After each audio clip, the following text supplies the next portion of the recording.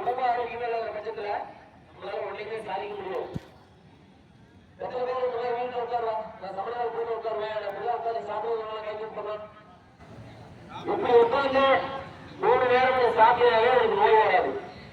எந்த வீட்டுல அப்பா அம்மா உட்காடுறாங்களா, கை கீழே இருக்கு, பரவாயில்ல, கூடுதலா கோயிலப்படாத உழவு சொல்லு. ஒரு சில என்ன பண்ணுவோம், படுத்துக்கிட்டே சாப்பிடுவோம்.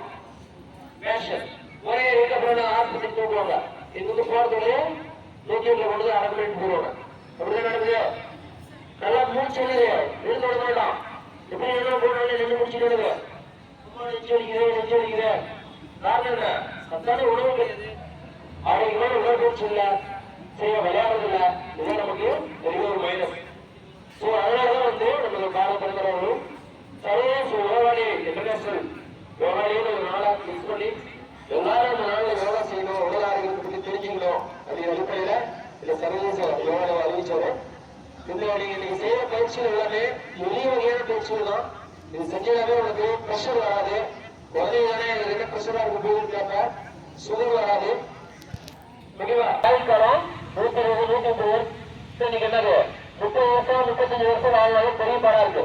19 வயசு பையனுக்கு ப்ரெஷர்ங்கிறாங்க, ஹார்ட் அட்டாக்ங்கிறாங்க. அப்ப எங்க போகும் நாடு, எதை நோக்கி போகுது? உடல் ஆரோக்கியம் மட்டும்தான் நல்லா சாப்பிட முடியும், நல்லா வேலை செய்ய முடியும், நல்லா தூங்க முடியும், சுறுசுறுப்பா இருக்க முடியும். ஓகே, நமக்கு பள்ளி பாத்தீங்கன்னா எல்லா வகையான